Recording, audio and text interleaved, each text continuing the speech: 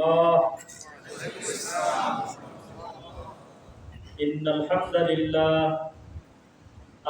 لله رب العالمين، والصلاة والسلام على رسوله الأمين وعلى آله وأصحابه أجمعين.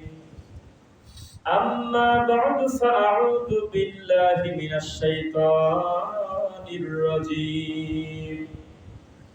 إن في خلق السماوات والأرض واختلاف الليل والنهار لآيات لأولي الألباب الذين يذكرون الله قياما وقعودا وعلى جنوبهم ويتفكرون في خلق السماوات والأرض ربنا ما خلقت هذا باطلا سبحانك فقنا عذاب النار ربنا إنك من تدخل النار فقد أخزيته وما للظالمين من أنصار.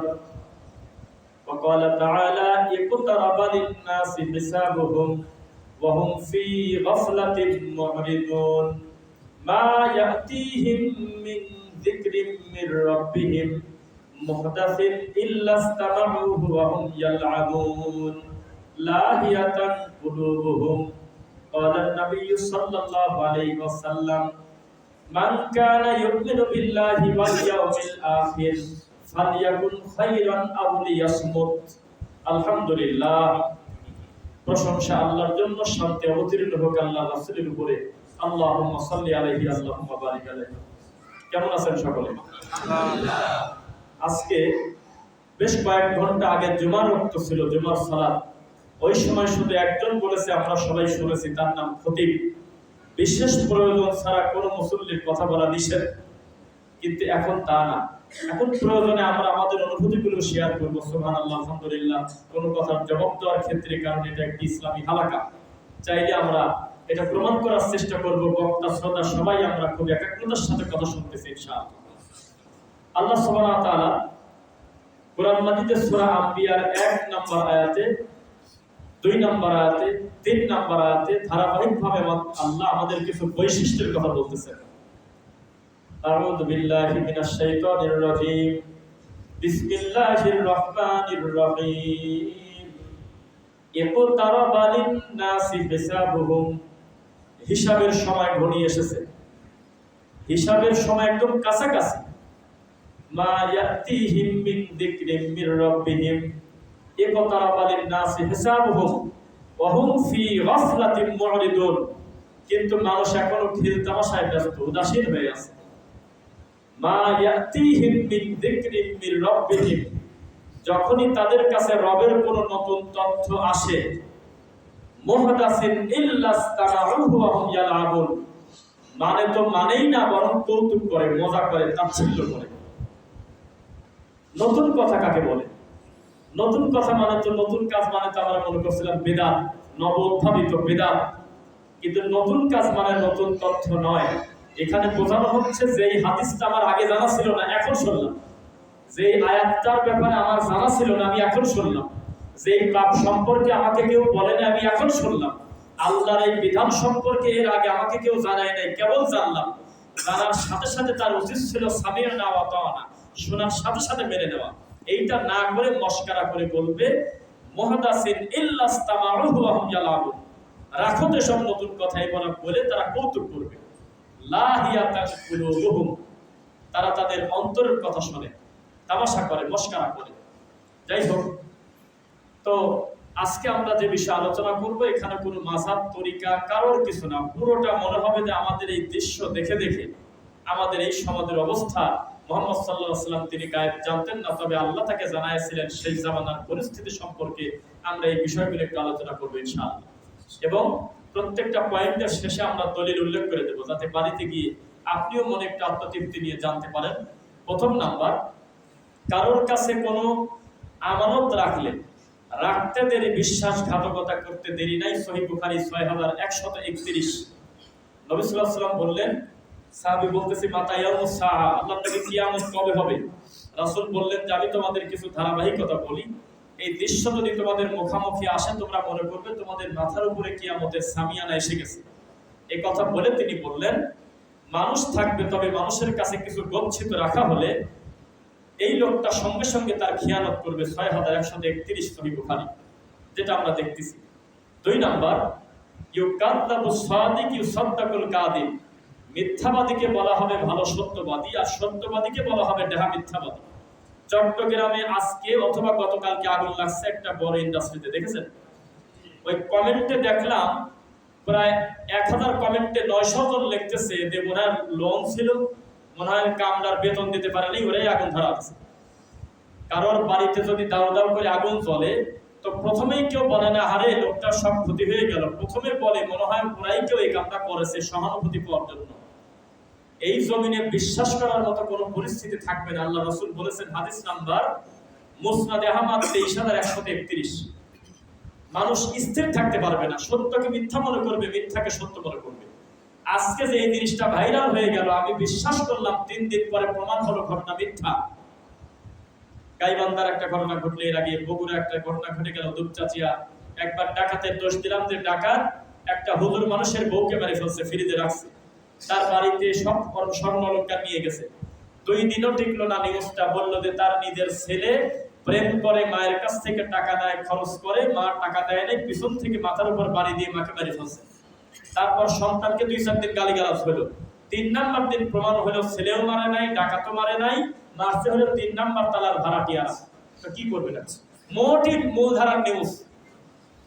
তো বিষয় হলো যে এখন আর কোনো সত্য মিথ্যার পার্থক্য করা যাচ্ছে না। ইউকাদ্দাবু সাদিক ওয়া সাদ্দাকুল কাযিব, মিথ্যাকে আমরা সত্য মনে করতেছি, সত্যকে মিথ্যা মনে করতেছি। যেমন আপনি দেখতেছেন যে একটা নিউজ পেপারের কাটিং আপনি অনলাইনে খুতবার আগে দেখে আসলেন, কোন সচেতন খতিবেরা উচিত না ওইটা দেখে দেখে হুবহু জাতিকে বলার পর বলে দেওয়া আল্লাহু আ'লামু বিল মুরাদ, এই ঘটনার ব্যাপারে আমি শিওর না, তবে দেখলাম আল্লাহই ভালো জানে, তাতে বিপদে না পড়া লাগে। খুতবার পরে আবার নতুন কোন তথ্য আসতে পারে, এটা হলো আমাদের দেশ। 23131। এরপরে 3 নম্বরে নবী সাল্লাল্লাহু আলাইহি ওয়াসাল্লাম বললেন, সুদ এবং ঘুষ হলো বৃষ্টির মতো ছড়িয়ে পড়বে। হাদিসটা আবু দাউদের 3331। সুদ আর ঘুষকে মানুষ পাপ মনে করবে না। ইন্নামাল বাইউ হারামা মিসলুর রিবা, বনী ইসরাইলের লোককে বলা হলো যে তোমরা সুদ খাচ্ছ, এটা তো ঠিক না। জাহিলি যুগের লোককে বলা হলো যে তোমরা যে 1000 টাকায় 20 টাকা লাভ নাও, এটা তো ঠিক না, পাপ। তখন তারা বলল বাইউ মিসলুর রিবা, কে বলেছে তোমাদের? আমাদের এই টাকা বৃদ্ধিটা তো পুরাটা ব্যবসার মতো। নাউযুবিল্লাহ মিন যালিক। তোমার আল্লাহকে বলে দিও এটা তার ভুল ডিসিশন। টাকা দিয়ে টাকা বাড়ানো কোনো পাপ না। আমি চাইলে তো টাকা দিয়ে কাপড়ও বাড়াতে পারি, আমি তো আমার ধন সম্পদও বাড়াতে পারি। মূলত বাইউ মিসলুর রিবা, এটাও একটা ব্যবসা। নাউযুবিল্লাহ মিন যালিক। এরপরে 4 নম্বরে রাসূল বললেন, ব্যভিচার এবং অশ্লীলতাকে সহজ করা হবে। ইবনে মাজাহ 4019। এর কারণে নতুন নতুন রোগ আসবে, যেই রোগের খবর তোমরা এর আগে কোনোদিন শোনো নাই। এই রোগের নাম শুনেছেন আপনারা? যেসব রোগ নতুন নতুন হচ্ছে, একটা রোগ আইডেন্টিফাই করার জন্য 25টা টেস্ট লাগতেছে, 25টা টেস্ট।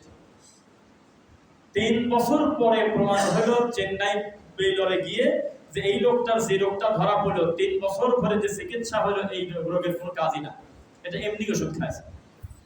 এমন এমন রোগ তাদের উপরে আসবে, তাদের বাপ দাদা কোনোদিন নাম শুনে নাই।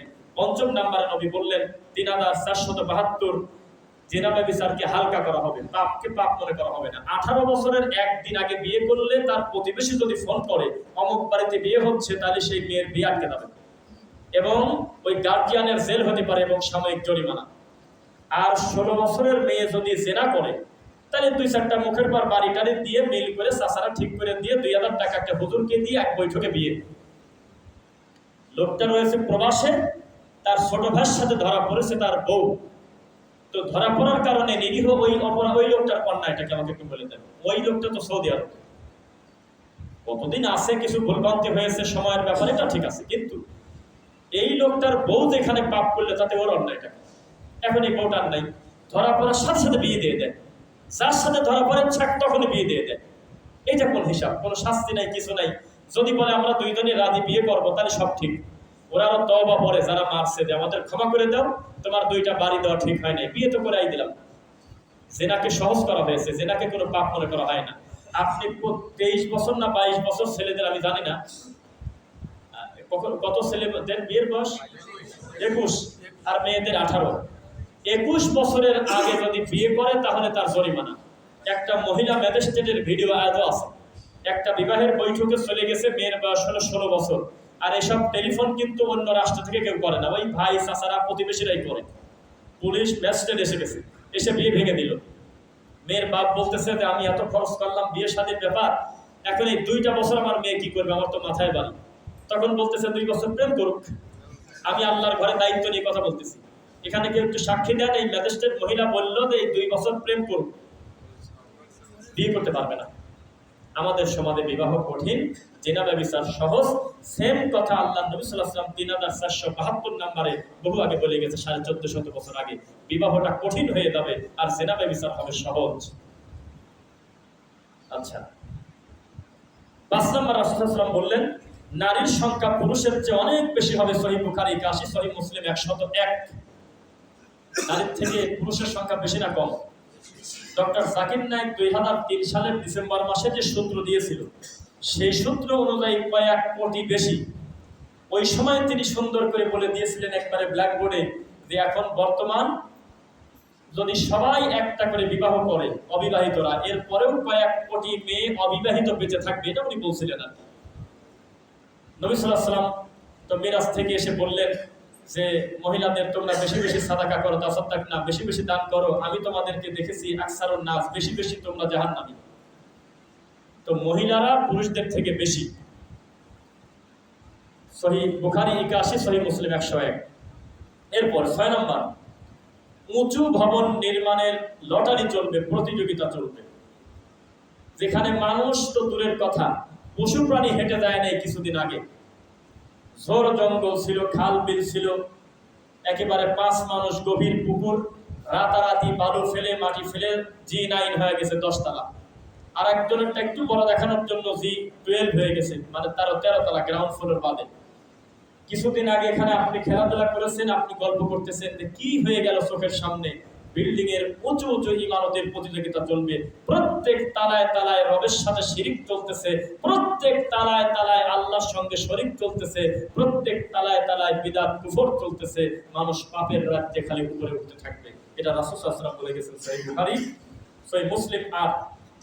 এরপরে 7 নম্বর রাসূল বললেন, সহিহ বুখারী 5509, গান বাজনার সঙ্গে সঙ্গে নতুন নতুন বাদ্যযন্ত্রের আবির্ভাব ঘটবে। গান বাজনা তো থাকবেই, নতুন নতুন বাদ্যযন্ত্র, যেমন একটা আমাদের গায়ের উপরে আসবে, আমাদের না, এই কুকাম আমরা করি না, কিছু টুপিওয়ালা কিছু হুজুর কোরআন তেলাওয়াত করে কারি, সেই তেলাওয়াতের ভিতরেও বাজনা ঢোকা দেয়। খবর নেবেন আপনি, ইসলামী সঙ্গীতের নামে হেঁটে যাচ্ছে হুজুর, আর হুজুরের স্লো মোশনে এগিয়ে যাচ্ছে, আর পিছন থেকে একটা বাদ্যযন্ত্র হচ্ছে, খুব সভ্য, ভালো করে ধরা যায় না। ইরানে বেশি চলে, ইরাকে বেশি চলে, তারপরে আপনার মিশরে বেশি চলে, পাকিস্তানে বেশি চলে। এই সব জায়গায় একটা ফ্যাশন হয়ে গেছে। টিকটক ভিডিও করে হচ্ছে কোরআন তেলাওয়াত, হচ্ছে ইসলামী সঙ্গীত নাম, কিন্তু বাদ্যযন্ত্রের সাথে সাথে ইয়া রাসূলুল্লাহ, ইয়া মাওলা আলী এরকম জোরে জোরে বলে, আর সুন্দর বাজনা হচ্ছে। তো মানুষ ওটাকে পাপ মনে করে না, মানুষ শোনে, বাচ্চা শোনে, পরিবারের লোকজন শোনে। নতুন নতুন বাদ্য সরাসরি ঢোলে বাড়ি দেয় না, কিন্তু অন্য তাল লাগিয়েছে। আমি নাম বলবো না, একজন কারের তেলাওয়াত এত মিষ্টি শোনা যায়, সেই কারের তেলাওয়াতকে ভেরিফাই করে দেখা গেল উনি যখন শেষের দিকে থামে, তখন মিষ্টি একটা ওই হারমোনিয়ামের মতো বাজনা লাগায় দেয় এডিট করে, আর ধরতে পারবেন না। এই হলো আমাদের অবস্থা, ভিন্ন ভিন্ন বাদ্যযন্ত্র এসে যুক্ত হয়ে যাচ্ছে। আল্লাহ হেদায়েত দিন, বলুন আমিন। 8 নম্বর, সহিহ বুখারী 100, সহিহ মুসলিম 2673, রাসূল বললেন ইলম উঠে যাবে।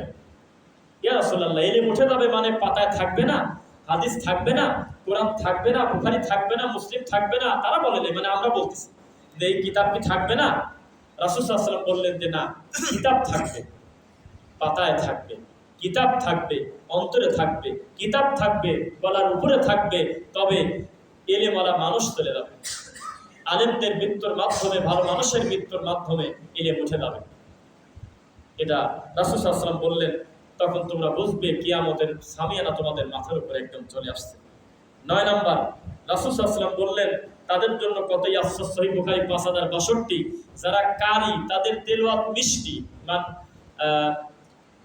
মান করা আল কোরআন বিল হারফি ফালাহু আশরু আমসালিহা, প্রতি হরফ পড়লে কিন্তু বুঝে পড়ুক আর না বুঝে পড়ুক, আল্লাহর কোরআন পড়লেই প্রতি হরফে 10 নেকি। সুবহানাল্লাহ।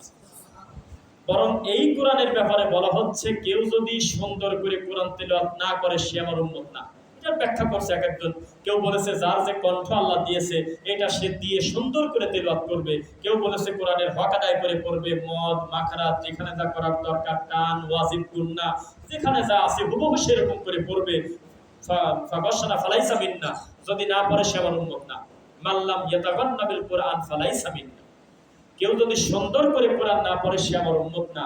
রাসূল বললেন দুর্ভাগ্যজনক বশত আমার উম্মতের একদল কারি থাকবে যাদের কণ্ঠনালীর নিচে কোরআন ঢুকতে পারবে না। সারা পৃথিবী জয় করে আসছে বাংলাদেশের হাফেজ, মুসাফা পর্যন্ত করতে জানে না। দিবেন কত প্রমাণ? হুজুরের সাথে মুসাফা করতেছে আর বুকে থাপড়াচ্ছে। সারা পৃথিবী জয় করে কাবা ঘরের ইমামের কাছ থেকে পুরস্কার নিয়ে আসছে। মিশর থেকে 121টা রাষ্ট্রের ভিতরে বেস্ট হাফেজ হয়েছে আমাদের দেশের, নাম বলবো না থাক। এত সুন্দর ছেলে কোরআন তেলাওয়াত শিখিয়ে আসলো, যার কাছে বলবেন যে বলো তো সোম্মা কয় জায়গা আছে বলে দেবে, বলো তো তাত্তাকুন কয় জায়গা আছে বলে দেবে, যা বলবেন গোটা কোরআন তার মুখে।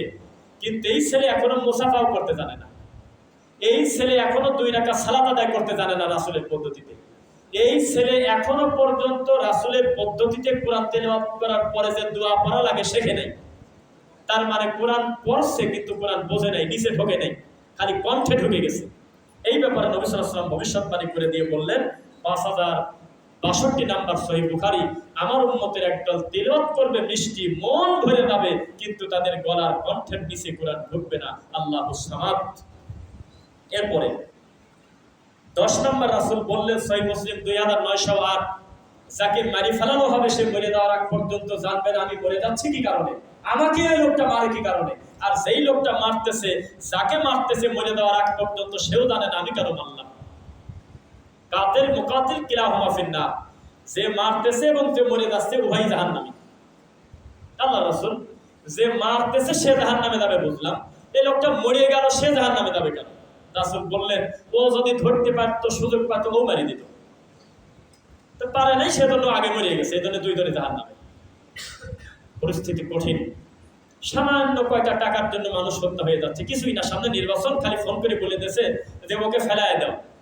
ওই যে বড় ঠাকুর ফোন দিয়েছে যেহেতু, এখনো কারণও জিজ্ঞাসা করতে পারতেছে না যে বস আমি মারবো কি কারণে, খালি বলতেছে ছবি পাঠায় দেন, শেষ, মুহূর্তের মধ্যে শেষ। উনিও জানতে পারলেন আমি মরে গেলাম কি কারণে, আর মারতেছে সেও জানে না মারলাম কি কারণে, মাঝখানে একটা চেয়ার। এটা আশ্চর্য হচ্ছেন কেন বুঝলাম না। আপনারা মন্দিরে যায়, গীতা পড়েন, কোরআন পড়েন, এইটা আশ্চর্য লাগলো না। আর ওরা ল্যাংটা, ওরা মানুষ হত্যা করতেছে, আশ্চর্য কি আছে? হচ্ছে তো, ঘটনা ঘটতেছে। রাসূল সাল্লাল্লাহু আলাইহি ওয়াসাল্লাম বলেছেন যে সবচেয়ে মন্দ সময় আমাকে পাঠানো হয়েছিল, জায়গার নাম ছিল আয়ামে জাহিলিয়া। আল্লাহ নবী এই জমিনের সবচাইতে বড় কষ্টের কাম কারা করছে? নবী বললেন আল আম্বিয়া, সবচাইতে বেশি কষ্ট করছে হলো নবীরা।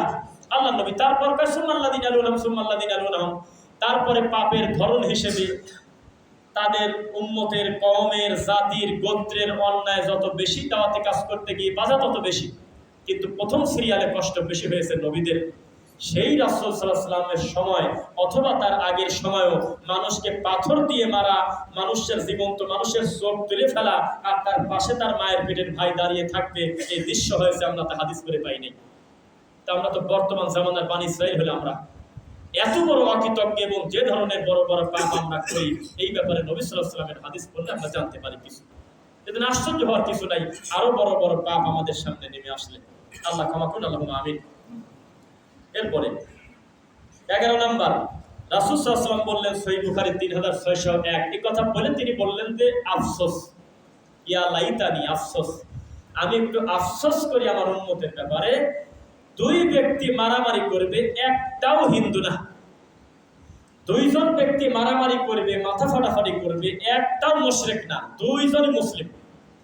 হাদিস কি করবেন? হাদিস নাম্বারও বলে দেই 3601, আমার উম্মত পরস্পর মারামারি করবে, তবে এক গ্রুপও মুশরিক না, 2টাই মুসলমান, 2টাই নামাজ পড়ে, 2টারই ঈমান আছে, কিন্তু মারামারি করতেছে।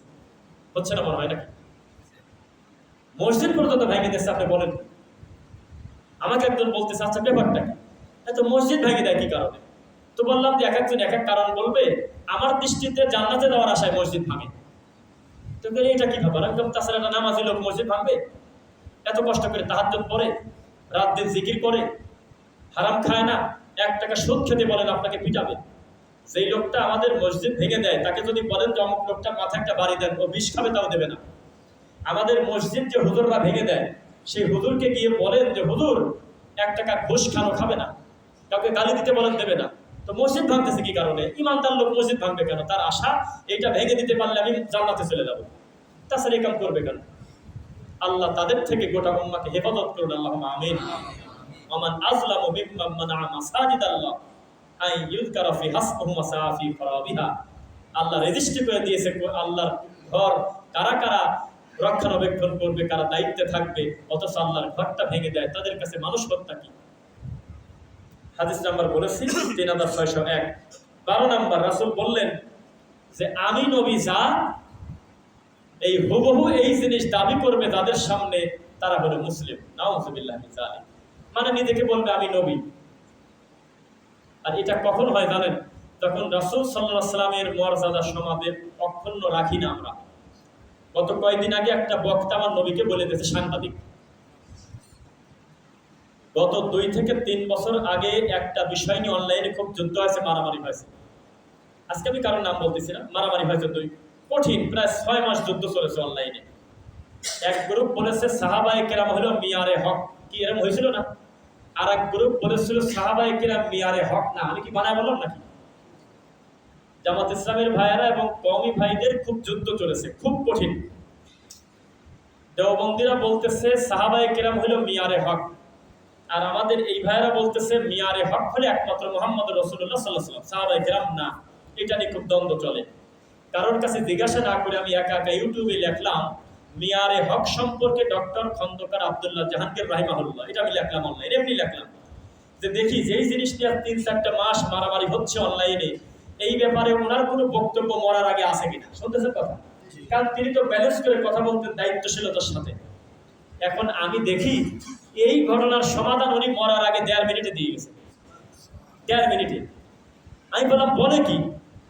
এই যে যুদ্ধ চলতেছে অনলাইনে, 1.5 মিনিটের সমাধান। আমি ক্লিক করে দেখি উনি বলতেছে মিয়ারে হক সাহাবায়ে কেরাম কি না, এই প্রশ্ন করাটাই হলো একটা জাহিলিয়াত। আপনি আর আমি মারামারি করতেছি, কিন্তু মাঝখানে দাঁড় করাইছে নবীর সাহাবীর। বলেন না নাউযুবিল্লাহ। বরং মিয়ারে হক এই শব্দটাই তৈরি হয়েছে আমার রাসূলের মৃত্যুর পরে। সাহাবায়ে কেরামও বানায় নাই, রাসূলও করে নাই, কেউ বলে নাই। পরবর্তীতে শব্দের উদ্ভাবক। এই জন্য শব্দ নিয়ে ভালো কিছু আশা করা যায় না, মারামারি আরো হবে, উনি বললেন। আমি দেখলাম যে হাইরে জ্ঞানের কথা। মানে 2 গ্রুপ জয়ী হতে চাচ্ছে, কিন্তু মাঝখানে দিয়েছে আমার নবীর সাহাবীদের। আল্লাহুস সামাদ। অথচ আল্লাহর নবীর পর সাহাবীদের থেকে মর্যাদাপূর্ণ আর কেউ আছে? তাহলে আপনি কত বড় অন্যায়কারী যে আমি আর আপনি যুদ্ধ করতেছি আমার নবীর সাহাবীদেরকে মাঝখানে নিয়ে। নাউযুবিল্লাহ। তখন আমরা বুঝলাম যে 2 গ্রুপই কামড়াকামড়ি করতেছে, কিন্তু মাঝখানে হাড্ডি মাংস নাই। কারণ ছাড়াই বিয়ের বৈঠকে মনে হচ্ছে যে 2টি লোক মরে গেছে, যা দেখে যে হাড্ডি নিয়ে রাখছে মারামারি। পরিস্থিতি এই। এটা করা যাবে না। যেই শব্দ চয়ন রাসূলের সময় ছিল না, সাহাবায়ে কেরাম প্রয়োজন মনে করে নাই, পরবর্তীতে আরবিতে বানান, উর্দুতে বানান, ফার্সিতে বানান, কোনো কিছুতেই কোনো কল্যাণ নাই। খারাপ যেটা সেটা খারাপই, ভালো যেটা সেটা ভালো। আল্লাহ আমাদের সঠিক বুদ্ধিকে আল্লাহুম্মা আমিন। এরপরে রাসূল বললেন যে মিথ্যা নবী বের হবে। মিথ্যা নবী বের হবে, এই কথা দিয়ে সমাজের মানুষকে বোঝানো যায় যে জাল হাদিস কোনো হাদিস না। জাল হাদিস যেমন হাদিস না, মিথ্যা নবীও নবী না। মিথ্যা নবী কি নবী? কিন্তু আবির্ভাব যে ঘটবে কথা নবী বলে নাই, বলেছেন। কিন্তু আমাদের ভাইয়েরা আছে অনেকেই যারা আব্দু আলাইহা বিন নওয়াতিস একেবারে মারিদ্দাত দিয়ে আটকে রাখছে জাল হাদিস আর জয়ীফ হাদিস। অনেক বড় হুজুর প্রকাশ্যে ঘোষণা দিয়ে দেয়, একেবারে খোলা মাঠে ডাইরেক্ট বলে দিয়েছে যে যারা জয়ীফ হাদিস মানা যাবে না বলে তারা হলো লামাযাবি, তারা হলো ফেতনাবাজ। আপনি নেন ভিডিও, আমি দেখা দেবো। মানে জয়ীফ হাদিস তারা গলার মালা করে নিয়েছে। অথচ জয়ীফ হাদিস মানা যায়, এই ফতোয়া যদি ঢালাও ভাবে দিয়ে দেন আর বলে দেন, তাহলে এই জমিনে কোনো মিথ্যা আমল আপনি বাতিল করতে পারবেন না। সব ভুয়া আমলের পিছনে কোনো না কোনো জয়ীফ আছে। প্রত্যেক জাল হাদিস জয়ীফের কাছাকাছি কোন সূত্র আছে, নাউজুবিল্লাহ মিন যালিক। তাহলে আমরা শুধু ভালোটা মানবো, বলেন ইনশাআল্লাহ। আমরা কোনো খারাপ মানবো না। আমরা যেমন মিথ্যা নবী মানি না, আমরা মিথ্যা হাদিসও মানবো না। এরপরে রাসূল বললেন, এবার দেখেন, সবাই খেয়াল করবেন, এই কিছু জিনিস আবার দেখার ব্যাপার। আল্লাহ নবীকে বললেন, আল্লাহ নবী, কিয়ামত যে একেবারে শিওর হবে এটা বুঝবো কিভাবে? নবী তখন হাসলেন আর বললেন, এটা আমি যে তোমাদের সামনে দুনিয়াতে জন্ম নিয়েছি, এটাই কিয়ামতের আলামত। মানে আমার দুনিয়াতে জন্ম নেওয়াটাই কিয়ামতের আলামত। কেননা আমার পরে নবুয়তির দরজায় তালা, আর কোন নবী আসবে না, আমি শেষ নবী। আমি না আসা পর্যন্ত একটা কথা তোমরা বলতে পারতে, যেহেতু আমি এসে গেছি, কিয়ামত একেবারে কাছাকাছি। আল্লাহ নবী, কিয়ামত আরো হবে একটু নিশ্চিত বলে দেন। রাসূল বললেন, আমি যে মরে যাবো এটাও কিয়ামতের আলামত। আল্লাহ নবী সময়টা বলে দেন। তখন এইভাবে আঙুল ইশারা করে বললেন, আমি আর কিয়ামত জমা ধরে আছি, মাঝখানে ফাঁকাটুক হলে দুনিয়ার টাইম 1450 বছর পার হয়ে গেছে। কত লোকই তো কত সাল টাইম দিল, দেওয়া যাবে না। গায়েবকে গায়েবের মতো করেই রাখেন, আল্লাহ তুমি ভালো জানো। কথা বোঝা যাচ্ছে? এরপরে রাসূল বললেন, তবে তোমরা দেখতে পারবে কিনা তা আমি জানি না, তবে দাজ্জাল তোমাদের সামনে আসবে। আমার জীবদ্দশা যদি আসে আমি একা সাইজ করে দেবো, আর তোমাদের আমার মরার পর যদি আসে তো সূরা কাহাফ পড়ো। বোঝেন নাই বললেন? আমি মুহাম্মদ সাল্লাল্লাহু আলাইহি ওয়াসাল্লাম জীবিত থাকতে যদি আসে, এই কথার দ্বারা কিছুই বোঝেন নাই, খালি শুনলেন। মানে আমার নবীকেও জানানো হয় নাই যে আসলে উনি কবে আসবে, ডেট কবে, এটা বুঝলেন না? রাসূল তো কতই জীবনে কবরের পাশ দিয়ে চলে গেল, কই খেজুরের ডাল তো আর কোনদিন জীবনে গাইল না। তার মানে তিনি জানতেন না, তাকে জানানো হইতো। বলা হলে যে কবরের শাস্তি হচ্ছে ডাল গাড়ি দেন। অথচ আল্লাহ এই হাদিস দিয়ে দলিল দিয়ে কয় যে নবী আর পীর সাহেবরা গায়েব জানে, নাউজুবিল্লাহ। অথচ এই হাদিসই প্রমাণ করে আমার রাসূল গায়েবের মালিক না। এই একটা হাদিসই প্রমাণ করে গায়েবের মালিক হলে যে কত খেজুরের ডাল কাটতো তার হিসাব নেই। এটা তিনি করবেন না, আল্লাহ তাকে ইখতিয়ার দেন নাই। আল্লাহ যেটা জানান না একা একা তিনি জানতে পারেন না, আল্লাহই তাকে সম্মান দিয়েছেন। একা একা সম্মান পেয়েছেন তিনি? আচ্ছা, বালাগাল উলাবি কামালিহি, এটা কি আরবি কথা না ফার্সি কথা? কি কয়, এতগুলি লোক ভুল করলেন। এটা আরবি বললাম আমি, তাই তো ভুল করলেন। বালাগাল উলাবি কামালিহি, এটা আরবি। কি বলেন, বালাগা আরবি না? উলা উপরে, বি কামালিহি তার কামালিয়াত তার, এটা আরবি তো, বুঝতে পারেন নাই? বালাগাল উলাবি কামালিহি, এত সুন্দর শব্দকে আমরা কেন বলি যে এটা বলা যাবে না? কারণ এই অর্থের ভিতরে রাসূলকে বড় করতে গিয়ে আল্লাহর ক্ষমতায় হাত দেওয়া হয়েছে, বলেন নাউজুবিল্লাহ। এর অর্থ হলো বালাগা মানে পৌঁছে গেছে, উলা মানে উপরে, বি কামালিহি মুহাম্মদ তার নিজের কামালিয়াত দ্বারা, যোগ্যতার দ্বারা। অথচ হবে কামালিহিল্লাহ, কামালিল্লাহ। বালাগা পৌঁছে গেছে, মুহাম্মদ সাল্লাল্লাহু আলাইহি ওয়াসাল্লাম পৌঁছে গেছে বি কালামিল্লাহ, আল্লাহর ইচ্ছায়, আল্লাহর ক্ষমতায়, আল্লাহর পাওয়ারে পৌঁছে গেছে হলে একেবারে মাকামে মাহমুদে, বড় জায়গায়, এটা মানা যায়। কিন্তু যদি বলেন যে তার নিজের যোগ্যতায় তিনি বড় হয়েছেন, এটা রাসূলকে আরো খাটো করা। বোঝা কি যাচ্ছে? তো রাসূল বললেন, দাজ্জাল আসলে সূরা কাহাফ পড়ো, আর আমি পাশে থাকতে যদি আসে তোমাদের ডাকবো না, আমি একাই সাইজ করে দেবো। এরপরে রাসূল সাল্লাল্লাহু আলাইহি ওয়াসাল্লাম বললেন, সহিহ মুসলিম 1046, মানুষ যেই জিনিসকে গুরুত্ব দেওয়ার ছিল না সেটাকে আঁকড়ে ধরবে, কথা বলে তিনি দুনিয়ার দিকে ইশারা করলেন। দুনিয়া মানে আমরা যে দুনিয়ার মোহে আছি, দুনিয়াটা কেমন জানেন? দুনিয়া হলো কাঠের রুটির মতো। ক্ষুধা লাগছে খুব, সামনে আছে, আপনি ধারণা করতেছেন যে রুটি, আরেকটু ক্ষুধা লাগলে যাই খাই, সামনে গিয়ে দেখতেছেন যে খাওয়ার জিনিস না, রুটির একটা আকৃতি দেওয়া। দুনিয়া হলো মরিচিকা, আরেকটু সামনে গেলে তিনতলা হবে, আরেকটু সামনে গেলে ব্যবসা ভালো হবে, আরেকটু সামনে গেলে আরো কিছু টাকা পাবো। এভাবে করতে করতে লোকটা কবরে ঢুকে গেছে, এর নাম হলো দুনিয়া। রাসূল সাল্লাল্লাহু আলাইহি ওয়াসাল্লাম বললেন, আমার উম্মত হাঁটবে না, দৌড়ায় দুনিয়ার পিছনে থাকবে, তখন পরকাল তার থেকে দূরে চলে যাবে। নাউজুবিল্লাহ। এরপরে 16 নাম্বার, রাসূল সাল্লাল্লাহু আলাইহি ওয়াসাল্লাম বললেন যে সবচেয়ে বড় অভিশাপ আমার উম্মতের জন্য, সহিহ বুখারী 100, একেবারে মিডিয়াতে রেকর্ড হয়ে যাচ্ছে, সহিহ বুখারী হাদিস নাম্বার কত? 100। আমার উম্মতের আর একটা গজব আসবে, আমার উম্মতের যারা নেতৃত্ব দেবে তারা হবে জাহেল, আর তাদের নেতৃত্ব যারা মেনে নেবে তারা হবে আলিম। কোন জালা এখন বলেন? একটা কামেল মাদ্রাসার গভর্নিং বডির সদস্য হলো সুদখোর। আমি ভুল বললে আমি মিথ্যুক। সেই জায়গায় বুখারী পড়ানো হয়, কোরআন পড়ানো হয়, হাদিস পড়ানো হয়, এই এত বড় বড় উস্তাদকে যিনি ধমক দিতে পারেন, যিনি পাওয়ার খাটিয়ে তাকে মাইনাস করতে পারেন, বাদ দিতে পারেন, সেই লোকটা একটা খাটাস জাহেল, ধর্ম জানে না, আল্লাহকে ভয় করে না। সেই লোকটা একটা খতিবের রানিং জুমার খুতবা ঠেকায় দিতে পারে, রানিং খুতবা থেকে তাকে বের করে দিতে পারে। আগামী খুতবায় আর আপনি আসার দরকার নেই, অন্য খতিব ঠিক করছি। এত বড় পাওয়ার যিনি রাখেন তিনি হলো জাহেল। হাদিস নাম্বার 100 নবী বলেছেন তাদের নেতৃত্ব মেনে নেবে, এই সমাজ কত খারাপ হবে বা তোমরা বোঝো। মেনে নেন নাই। আবার কিছু দোষও আছে, একটু বলি। সমাজের সবচেয়ে ভালো আলেম, ভালো মানুষ যে, সে মনে করছে ওই জায়গায় মারামারি লাগছে, ওদিকে আমার যাওয়া যাবে না। সমাজের সবচেয়ে ভালো হাজি যে, সেই হাজির বাড়ির পাশে যদি ঝগড়া লাগে তাহলে হাজির বউ হলে দরজা জানলা আটকা দেয়। দায়িত্ব নিয়ে বলতেছি। যদি বলে যে দেখে আসি কি হয়, যদি বলে যে তোমার মাথা খারাপ নাকি, তুমি ভালো লোক, তুমি ওই সব জায়গায় যাবে কি কারণে? তো এই ভালো লোকগুলো যদি ঝগড়ার সময় দরজা জানলা বন্ধ করে দেয় তাহলে কি যুদ্ধ আর বাড়লো না কমলো? দায়িত্বশীল দিন বোঝা মানুষরা সব দরজা বন্ধ করে দিয়েছে। আর যারা ওই ঝগড়া দেখতে গেলে আরো ঝগড়া বাড়িয়ে দেয়, এই খারাপ লোকগুলো ঝগড়া চলে গেছে। সমাজের চিত্র। একটি সত্য ঘটনা বলি। 2008 সাল 7 সাল নকশাল বাহিনী, নাম শুনেছেন আপনারা? আমাদের উত্তরবঙ্গের যদি কেউ থাকেন তাহলে জানবেন। বগুড়া, গাইবান্ধা, পাবনা, রাজশাহী রুটের যদি কেউ থাকেন তারা ভালো বোঝেন। নকশাল বাহিনীর পরিস্থিতি এত কঠিন ছিল, কেউ তার বাড়ির উঠান, কেউ তার বাড়ির ডোয়া বা মেঝে পাকা করবে বা একটু বিল্ডিং করবে, ইট আনছে, ওই রাত্রিবেলা তার বাড়িতে বোম করতো, বোম ফাঁকা গুলি করতো, যাতে সে বুঝতে পারে যে কিছু চাঁদা দিতে হবে। এত কঠিন পরিস্থিতি ছিল এক সময়। নকশাল বাহিনী একেবারে গোটা এলাকা এগুলো করেই তারা খেত রাত নিয়ে। তখন আমরা যে মাদ্রাসায় পড়তাম তার পাশে একটা বিশাল ফুটবল খেলার মাঠ, সেই মাঠে লোকটার নাম হলো জমির উদ্দিন।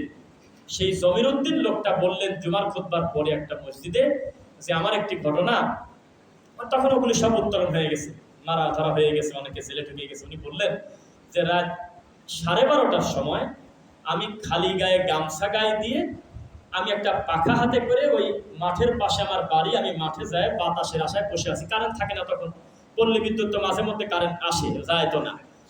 তো তখন বলে যে অস্ত্র নিয়ে বেশ 15-20 জনের মহড়া যাচ্ছে। তো চট করে আমার চোখের পর লাইট মারছে। তো লাইট মারার পর আমাকে তো সেন্সে, আমি মুরব্বী, আমি অমুক, তো আমাকে খুব গালাগালি করতেছে। হ্যাঁ চাচা, তোমার জ্ঞান নেই, বিয়াক্তির লোক তুমি, তুমি জানো না এখন দিন সময় ভালো না, তুমি বসে আছো কি কারণে? বাসা যাও, দিন সময় ভালো না, তুমি বাড়িতে যাও। এই রাত বাজে 12:30, এখন কি করো? তখন উনি একটা কথা বলছিলেন, এই কথা যদি আজকে মনে করি বাড়িতে যান, আমার মনে হয় এই শব্দের ওজন আছে। তখন ওই মুরব্বী বলছিল, বাবারে তোমরা শুয়ে পড়লেই তো দিন সময় ভালো হয়ে যায়। এই ভাষা বোঝেন? আমার মতো মুরব্বী খালি গায়ে 100 রাস্তায় বাড়ালেই কার কি ক্ষতি হয়? গরম লাগছে তাই বাতাস খেতে আসছে। তোমাদের প্রত্যেকের হাতে অস্ত্র, তোমরা যদি শুয়ে থাকতে কতই না ভালো হতো। যাদের জেগে থাকার দরকার তারা ঘুম এসে গেছে, যাদের ঘুম পারলে অসুবিধা নাই তারা জেগে আছে। এটা হলো সমাজের চিত্র। রাসূল সাল্লাল্লাহু আলাইহি ওয়াসাল্লাম ভবিষ্যৎবাণী করে দিয়েছেন 100 নম্বর হাদিস, যে জাহেল হবে সমাজের প্রধান, আর এই নেতৃত্ব মেনে নেবে হলো তার সমাজের জ্ঞানী মানুষরা। সহিহ বুখারী হাদিস নাম্বার 117 নাম্বার। রাসূল সাল্লাল্লাহু আলাইহি ওয়াসাল্লাম বললেন, সহিহ মুসলিম 118, মিথ্যা ছড়াবে আকাশের বৃষ্টির মতো। মিথ্যা দ্রুত ছড়ায় না। আপনি এখনই আমাদের খতিব সাহেব সম্পর্কে, সম্মানিত শায়েখ সম্পর্কে একটা কটু কথা এমনি এমনি ওই চায়ের দোকানে বানায় দেন, ওইটা যত ছড়াবে, উনি 10 বছর এই প্রতিষ্ঠানের দায়িত্ব পালন করে এত ছড়ায় নেই। একেবারে খালি খালি আর ছড়ায় যাবে, নেগেটিভটা ছড়ায় বেশি, মানুষের আগ্রহ বেশি। ফেসবুকে এক আলেম পোস্ট দিয়েছে, বুঝে নেন, অন্য ঘরের আলেম না, আমাদেরই আলেম মনে করেন, পোস্ট দিয়েছে, এক ব্যক্তি আজকে দেখলাম এই কাজ করছে। তখন নিচে আবার আর এক আমারে হুজুররাই কমেন্ট করতেছে, নাম প্রকাশ করে জাতির উপকার করে দাও। জাতির কোনো উপকার করে দেবে।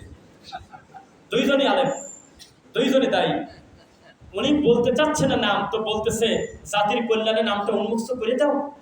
এটা হলো আমাদের ল্যাংটা সমাজ।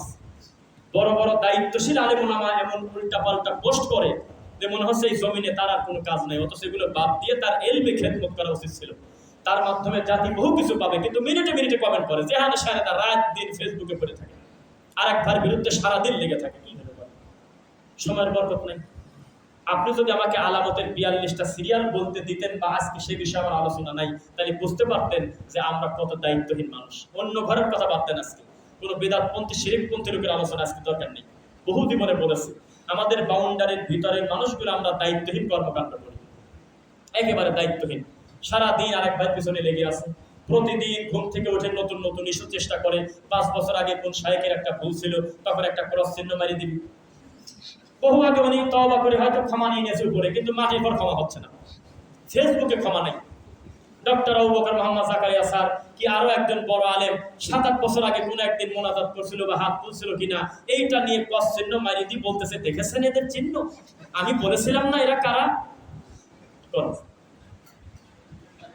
নিচে যারা কমেন্ট করতেছে আর উস্কিয়ে দিচ্ছে এই ল্যাংটা বাচ্চাদের, তুমি এগিয়ে যাও বাবা, তারা বলেন তারা আমাদেরই দায়ী, আমাদেরই মূলধারার দায়ী, কি করবে?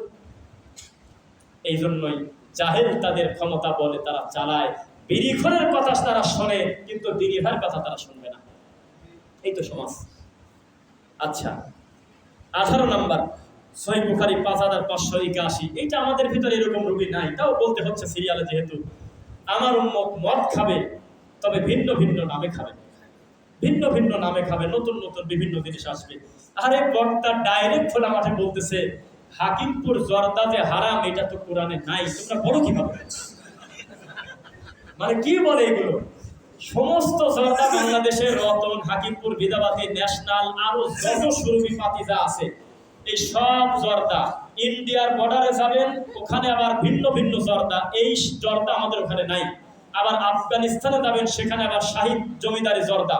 সমস্ত নেশাদার দ্রব্য যদি সিরিয়াল করা যায়, কোরআন মাজিদেই আনার কথা না। এত বড় কোরআনে খালি জর্দাই আটবে না। আরে কয় কি? কয় যে আমার হাকিমপুরের কথা তো কোরআনে নাই। কয় কোনো কিছু হারাম বলতে গেলে তার সবুত অকাট্য দলিল লাগে, এই কথা বলে পাবলিককে বোঝাচ্ছে, শোনেন জর্দা খান, তবে হারাম বলেন না। নাউজুবিল্লাহ। এই জন্য রাসূল বলেছেন, কুল্লু মুসকিরিন খামর, প্রত্যেক নেশা তৈরি করা জিনিসের নামই আরবিতে খমর, মদ। আর যদি অ্যালকোহলটাকে উল্লেখ করে দেওয়া যেত, ওই অ্যালকোহল বাদে বাকি আরো কত যে বের হতো তার হিসাব নেই। এক কথায় সব শেষ করছে, যেটা মানুষের নেশা তৈরি করে সেটাই পাপ। 2, মুদমিনুল খামরি কাআবিদি ওয়াসান, নেশাদার দ্রব্য পানকারীর একটা সর্বশ্রেষ্ঠ চূড়ান্ত একটা সুবিধা, তাদের সিরিয়াল হবে হলো মূর্তি পূজারীর সাথে, মূর্তি পূজারীদের সাথে। ওয়াসান মানে কি? মূর্তি পূজা। মুদমিনুল খামর কাআবিদি ওয়াসান, তারা খাবে মদ, খাবে জর্দা, খাবে তামাক দ্রব্য, কিন্তু সিরিয়ালে বসবে হলো তারা মূর্তি পূজারীর সাথে। বলেন নাউযুবিল্লাহি মিন যালিক। 5581। এরপরে আবু দাউদের 4297, আমার উম্মত ভেদাভেদ করবে এমন বিষয় নিয়ে যেটা ভেদাভেদের জিনিস না। এটা বোঝেন নাই? এমন জিনিস নিয়ে ভাই ভাই ভেদাভেদ হয়ে যাবে, যেটা মূলত ভেদাভেদের জিনিস ছিল না, কিন্তু এটা করে ফেলছে। বলেন তো দেখি একটা জিনিস, এটা আজকে বলি, এটা হাসি তামাশা মনে করেন না। আমাদের এই সালাফি মানহাজের মাঠে, দাওয়াতি মাঠে, বিদআত এবং শিরকের বিরুদ্ধে সবচেয়ে কড়া বক্তব্য যারা দেয়, তাদের একেবারে সর্বশেষের সিরিয়ালে হলেও আমার নাম আমার মনে হয় থাকার কথা। আমার ধারণা যে পরিমাণ কড়া কথা আমরা বলি, এরপরেও আমার নিজের কোনো বক্তব্যে যদি আপনারা কেউ প্রমাণ করতে পারেন, আমি কোনোদিন বলেছিলাম যে জোরে আমিন না বললে নামাজ হবে না, আমি তার পুরস্কার দেব আর এই মসজিদে তওবা করব। কেউ বলেন আমি শুনবো, হাত তোলেন। তার মানে যেটা নামাজ হওয়া না হওয়ার সম্পর্ক না, সেটাকে ওই পর্দায় নেওয়ার ক্ষমতা আল্লাহ আমার দিয়েছে। আমি বড় জোর বলবো যে সুন্নাহ, আমি উত্তম অনুত্তম বলতে পারি, আমি রাসূলের আমল বলতে পারি, আমি পায়ের সাথে পাও না মিলালে সুন্নাহ হলো না এটা বলতে পারি। আমি কি নামাজ হলো না তা বলতে পারবো? কিন্তু সত্যি করে বলেন তো দেখি, না মিলানোর কারণে ঝামেলা বাড়তেছে না মিলানোর কারণে ঝামেলা বাড়তেছে? মিলানোর কারণে না মিলানোওয়ালারা আমাদের প্রতি জুলুম বেশি করতেছে। অথচ তারা যদি বলতো হজ করতে গিয়ে মেনে নিলাম, ওমরা করতে গিয়ে মেনে নিলাম, 10টা বছর ওই দেশে কাজ করতে গিয়ে মেনে নিলাম, আমি বাংলাদেশে এসে এই 10টা লোকের বিরোধিতা করতেছি কি কারণে? আর এই লোকটা জোরে আমিন বললে তো আমার তো কিছু আসা যায় না। উনি যদি বুকে হাত পেতে সালাত আদায় করে, এটা আমার তো ব্যক্তি বান্দার হকের সাথে জড়িত না, এটা নিতান্তই আল্লাহর কাজ, সালাত দিনের কাজ। তো এইটাতে আমি ওনার বিরোধিতা করবো কি কারণে? অথচ আমি যদি ভুল না করি, কুমিল্লা না কোথা থেকে বলে, নোয়াখালী মনে হয়, বুকের পাঁজরের হাড় ভেঙে দিয়েছে জোরে আমিন বলার কারণে। রাসূলের পদ্ধতিতে সালাত আদায় করার কারণে বুকের পাঁজরের হাড় ভেঙে দিয়েছে। ডক্টর আহমদ আব্দুল্লাহ সাকিব ভাই এবং আমাদের জমিয়তে আহলুল হাদিসের আলহামদুলিল্লাহ অত্যন্ত দায়িত্বশীলগণ গিয়ে ছেলেটার চিকিৎসা এবং তার সার্বিক ব্যবস্থা করেছে, বলেন আলহামদুলিল্লাহ। কেন করছে? পথ নাই, মাজলুম আমরা, কি করবো, কার কাছে যাবো? ছেলেটা অসহায়, ছেলেটার মায়ের বুকের হাড় ভেঙে গেছে। কারণ কি? সে যে ইবাদত করেছে, এই ইবাদতটা তার এলাকার কবর কেন্দ্রিক হুজুরদের সাথে মেলে নেই। এই নাউজুবিল্লাহ মিন যালিক। তাহলে যেই জিনিস নিয়ে ভেদাভেদ হওয়ার কথা না, আমার উম্মত সেই জিনিস নিয়ে তারা ভাগ হয়ে যাবে। নাউজুবিল্লাহ মিন যালিক করে। এইবার এটা তো আসে নাই, বুঝবেন। সহিহ বুখারী 4635, সহিহ মুসলিম 157। সূর্য ওঠার দিক পরিবর্তন হয়ে যাবে। এখন কোন দিক থেকে ওঠে? পশ্চিম দিকে সূর্য উঠে যাবে। পশ্চিম দিকে সূর্য উঠে যাবে। তখন তোমরা তাকিয়ে তাকিয়ে আফসোস করবে আর বলবে আমাদের আর বর্ডার ক্রস হয়ে গেল, আমাদের শেষ। তবে কোন টাইমে উঠবে এটা তোমরা বুঝতে পারবে না। আর সব গায়েব জানা ভালো না। আপনি কবে মারা যাবেন এটা জানা কি ভালো? এই যে না বুঝে যে পীর সাহেবরা বলে যে চোখ বন্ধ করে একটু পরে লাফ দিয়ে ওঠে আর বলে আমি আবার মরার পরে কারামতগুলো ডেলিভারি হয়, মরার সময় হয় না, আগে হয় না। বলে যে আমার পীর সাহেব হুজুর উনি রবিবারের দিন বাদ আসর মরতে চাইছিল, ওই দিনই মরে গেছে। কে প্রমাণ কিসের? ও যে বলছে প্রমাণ কিসের? উনি বলছিল যে 2022 সালের ডিসেম্বর মাসের শুক্রবারের জোহরের আসর নামাজের পর আমি মরবো। তো এটা উনি বলছে, খালি বলাই শোনে, আমরা শুনিনি কোনোদিন। এই গায়েব জানা কি ভালো কাজ? না, বরং আল্লাহর কাছে গায়েবের ক্ষমতা থাকাই হলো ভালো, এটাই তার হক। আল্লাহর নবীকে যদি গায়েবের মালিক বলেন, এটা তাকে খুব একটা উপকার করা হলো না, এটা কাজই তো আল্লাহ। সব কোথায় কি হচ্ছে, কোন কাজ কি করার দরকার, এত চিন্তা তো আল্লাহ তাকে দিবেন না, কেননা তিনি হলো খালেক, তার সমকক্ষ কেউ নাই। আছে কি? এটা তারই কাজ। এই কাজ বান্দার মাখলুকের সাথে যায় না। আল্লাহ আমাদের ক্ষমা করুন। তবে আসলে সূর্য পশ্চিম দিকে উঠবে, এটা আপনারা স্বীকার করেন কিনা? এরপরে 21, সহিহ বুখারী 6516, ইয়ামেন থেকে একটা আগুন বের হবে, আগুনের ফুলকি, কঠিন বড় আগুন বের হওয়ার পর মানুষদেরকে একত্রিত করে ফেলবে, জমা করে ফেলবে। পায়ের সাথে পা, কাঁধের সাথে কাঁধ মিলিয়ে একটু পরে সব সালাতে আমরা দাঁড়িয়ে যাবো না, যে যেখানেই থাকি জমা হয়ে যাবো। এইরকম জমা হয়ে যাবে, যেটা আমাদের সামনে এখন হাজির নয়, গায়েব। এরপরে 22, এইটা একটু শোনেন। 22 নম্বর হলো তিরমিজির 2210, বুখারী 5062। আমার উম্মতের কোরআন মাজিদ তার সামনে থাকবে, তবে পরিত্যাজ্য হিসেবে থাকবে। কথা বোঝা যাচ্ছে? পরিত্যাজ্য হিসাবে থাকবে। এই কোরআন তার কোনো হেদায়েত দিতে পারবে না। এই কোরআন পড়েই সে গোমরা হবে। আল্লাহ নবী সাল্লাল্লাহু আলাইহি ওয়াসাল্লাম বললেন, তোমাদের পূর্ববর্তী বানি ইসরাইল ভাইরা ধ্বংস হয়েছিল কেন জানো? তখন বলল যে আল্লাহ এবং তার রাসূলই ভালো জানে। এটা তো কমন উত্তর। তখন রাসূল বললেন, তার একটা বড় কারণ, তারা তাদের কিতাবকে লুকিয়ে রাখত, আর এই কিতাবকে বিকৃত করে ফেলছে। করে না? আসমানি কিতাব, তাদের উপরে যে দাওয়াতি কাজের যে কিতাব ছিল, কিতাবটা তারা বিকৃত করতো। আছে এক জিনিস, পড়তো এক জিনিস, কিন্তু আমার উম্মত তা করতে পারবে না। ইন্না নাহনু নাযালনা যিকরা ওয়া ইন্না লাহু লাহাফিজুন। একেবারে যা আছে সংরক্ষণ আমি আল্লাহই করব, হুবহু তাই থাকবে। কিন্তু তারা কি করবে? তারা ব্যাখ্যা পরিবর্তন করে ফেলবে। ইয়া আইয়ুহাল্লাযীনা আমানু ইন্নাল্লাহা ওয়া মালাইকাতাহু ইউসাল্লুনা আলান নবী ইয়া আইয়ুহাল্লাযীনা আমানু সাল্লু আলাইহি ওয়া সাল্লিমু তাসলিমা। আছে কিনা? আছে কিনা? এই যে তাসলিমা বললাম আমি যদি পড়ি একটু থামতাম, আর আমার মাহফিল যদি থাকতে এই মুহূর্তে পাবনা আমাদের অঞ্চলে, তাহলে এতক্ষণ মিলাদ শুরু হয়ে যেত। তারা অনুবাদ করতেছে ইন্নাল্লাহা, নিশ্চয় আল্লাহ, ওয়া মালাইকাতাহু, এবং তার ফেরেশতা মণ্ডল, ইউসাল্লুনা আলান নবী, তার নবীর প্রতি দরুদ পড়ে। ইয়া আইয়ুহাল্লাযীনা আমানু, হে ঈমানদাররা, সাল্লু আলাইহি ওয়া সাল্লিমু তাসলিমা, তোমরাও মিলাদ পড়ো আর সালাম দাও। ইয়া নবী সালাম আলাইকুম। তো কোরআনের আয়াতটি বিকৃত করছে না ব্যাখ্যা বিকৃত করছে? একটা জবর জের পেশ আমার উম্মত নড়াচড়া করতে পারবে না, পারবে না, পারবে না, কিন্তু ব্যাখ্যা এসে বাপদাদা দিয়ে দেবে, ঠিক আছে? আমরা বুঝছি ইন্নাল্লাহা, নিশ্চয় আল্লাহ, ওয়া মালাইকাতাহু, এবং তার ফেরেশতা মণ্ডলী, ইউসাল্লুনা আলান নবী, আল্লাহর দয়া, ফেরেশতার দোয়া। ইয়া আইয়ুহাল্লাযীনা আমানু, হে ঈমানদারগণ, সাল্লু আলাইহি ওয়া সাল্লিমু তাসলিমা, তোমরাও রাসূলের প্রতি দরুদ পড়ো, সালাম দাও। শেষ। এটা আমরা বুঝছি, এটা সাহাবায়ে কেরাম বলছে যে একই কথা আল্লাহর ব্যাপারে আসলে হবে দুয়া, দয়া দয়া দয়া, আর ফেরেশতার ব্যাপারে আসলে হবে দুয়া, আর মানুষের ব্যাপারে আসলে হবে দরুদ সালাম। কিন্তু তারা বলতেছে আল্লাহ মিলাদ পরে, নবী পরে, তোমরা পড়বে না। এই নারায়ণগঞ্জের বেশিরভাগ মানুষ যদি এই বুঝটা না রাখে তাহলে আমি মিথ্যুক, যে আল্লাহ মিলাদ পরে আর তোমরা বলো পড়া যাবে না, এই বুঝ যদি তারা না রাখে তাহলে আমি মিথ্যুক। আমি জানি বলতেছি, আমি বুঝি না। 18-20 সাল থেকে আমার আশা, আমি কি জানি না যে এখানে কি চলে? তার মানে আয়াত বিকৃত করতে পারে না। একটা জবর নিয়ে কোনো কবর পূজারের কোনো আপত্তি নাই। পৃথিবীর কেউ বলে নাই যে এখানে জবরের জায়গা পেশ হলে যে কতই ভালো হতো, কেউ বলে না। নোরা পাগলাও মরে যাওয়ার আগে বলে নাই যে কোরআনের 3টা আয়াত ভুল ছিল, কোনোদিনও বলেনি। আয়াত সবাই মানে নিয়েছে, কিন্তু অনুবাদের ক্ষেত্রে এসে বলতেছে এই আয়াতে আল্লাহ গান বলতে বলতেছে, নাউজুবিল্লাহ। এই আয়াতে লেখা আছে আমাকে ভোট দাও, এটা বলতেছে ডাইরেক্ট, কিন্তু আয়াত নিকার অধিমত নাই। বানি ইসরাঈলরা ধ্বংস হয়ে গেছে তারা আয়াত বিকৃত করার কারণে, কিতাবকে লুকিয়ে রাখার কারণে। তবে লুকানো আমরাও একটু লুকাই নাকি? আল্লাহর ঘরের মসজিদে আল্লাহর কোরআন, সহিহ বুখারী কে সালাতের ভালো ভালো বই না থাকতে পারে, ফাজাইলে আমলের জায়গাটা পাইছে। আল্লাহর ঘরের মেম্বারে কোরআন পাবেন না।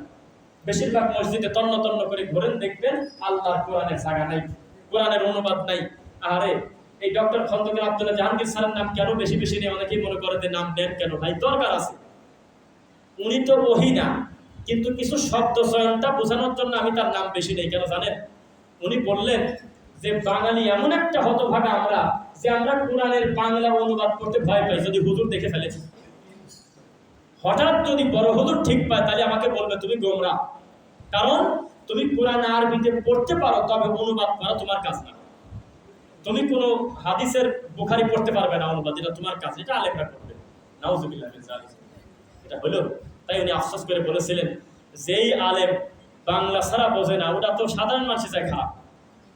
বাংলা করাই হয়েছে যাতে সাধারণ মানুষের সুবিধা হয়, তারা যাতে বুঝতে পারে রাসূল রুকু কেমন করে করতেন, সিজদা কেমন করে করতেন, লাউ খেতে পছন্দ করতেন, চুল রাখছিল, আরো কি করতেন, তার পুরোটা জীবনী, পুরা সিরাত সহ হাদিস সহ কোনো কিছু বাদ পড়ে নাই, সব কিছু লিখিত করা আছে, যাতে প্রত্যেকে স্ব ভাষায় আমার রাসূলের জীবনী বুঝতে পারে। নাকি বলেন?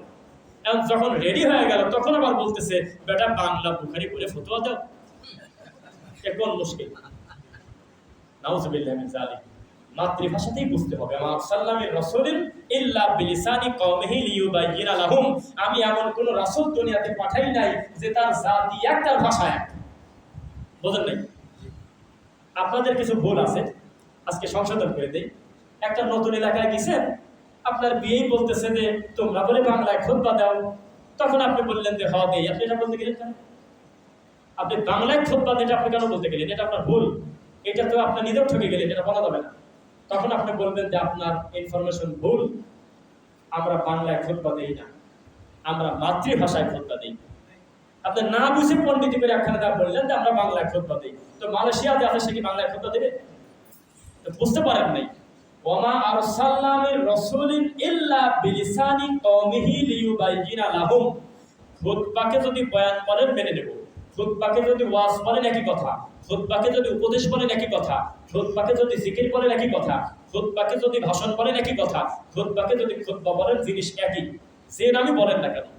তাহলে নবী সাল্লাল্লাহু আলাইহি ওয়াসাল্লামকে আল্লাহ বলছেন হে রাসূল আপনি বলে দেন আমি এমন কোন রাসূল দুনিয়াতে দেই নাই যে তার জাতির ভাষা এক আর তার ভাষা এক।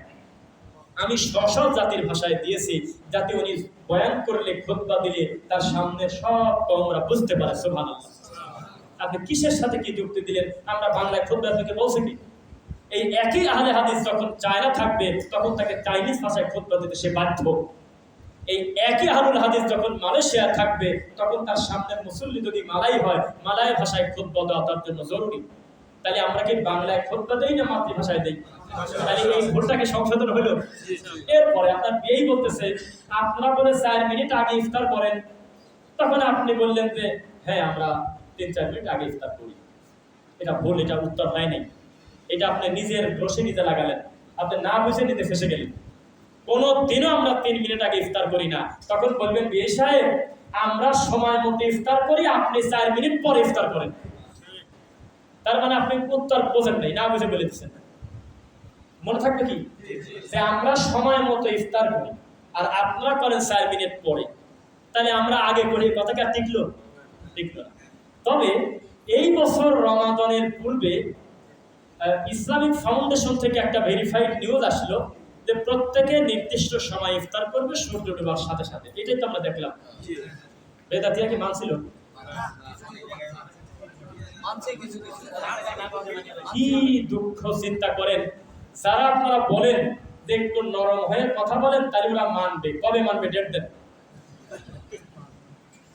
ডক্টর মানজুরুল্লাহি স্যারের মতো নরম করে কথা বলা, আব্দুল্লাহ জাহাঙ্গীর স্যারের মতো নরম করে বলা, ডক্টর সাইফুল্লাহ মাদানী হাফিজাহুল্লাহর মতো নরম করে সুন্দর ব্যালেন্স করে কথা বলা, এরকম খুব কম আছে না বেশি আছে? তো তাদের কাছে গেলে কি তাবিজ জায়েজ করে দেবেনি না শিরক বলবেনি? মীমাংসিত সকল পাপকে তারা পাপই বলে। বলার ভঙ্গিমা মিষ্টি সুন্দর ভদ্র ভাষায় প্রেজেন্টেশনটা ভিন্ন হতে পারে। তা আপনি বলেন তো দেখি যে ডক্টর আব্দুল্লাহ জাহাঙ্গীর স্যার সুন্দর করে বলছিল যে দেখেন আসলে তাবিজটা নিবেন কেন, এভাবে বলতেন, কেন নিবে না? এটা ঝোলায় রেখে কি করলেন? আছে আপনি কোরআন পড়লে আমার আল্লাহ বরকত দেবে, ও কারণে এটা করবেন না, আপনারা তাবিজটা বাদ দেন। সাহাবায়ে কেরাম শিরিক মনে করতেন, তারা নিতেন না, আপনারাও নিয়েন না। আর আমরা একটু কড়া করে বলি আমাদের তার নেওয়ার দরকার নেই, তাহলে ওনার কথা মানি তাবিজ বাদ দিতেন, ওনার কথাটা মানিয়ে তাবিজ বাদ দিতেন। অথচ মানুষটা মারা গেছে, তার মাধ্যমে উপকার পেয়েছে, তার মাধ্যমে অন্তর থেকে বেশি দোয়া করে আহলে হাদিসরা, আর তাকে গলার কাটা মনে করতে হলে সেই তরিকার লোকরা। বরং তিনি মারা যাওয়ার পরেও তার পরিবার লোক এখনো খানকানি বসে আছে, একটা খানকাও বন্ধ করেনি, একটা খানকাও বন্ধ করেনি। আব্দুল্লাহ জাহাঙ্গীর স্যার যখন মারা যায় সঙ্গে সঙ্গে তার শালা সমন্বয়ের উচিত ছিল কান ধরে তওবা করা, এত বড় সম্মানী মানুষ পাইছিলাম দুলাভাই হিসেবে, আমরা আজকে থেকে খানকা বিলুপ্ত করে দিলাম, আমরা তাওহীদের খেদমত করবো। কই কই এখনো তো এটা করেই থাকে। কি করা আপনি বুঝলাম না। নরম গরম বড় কথা না।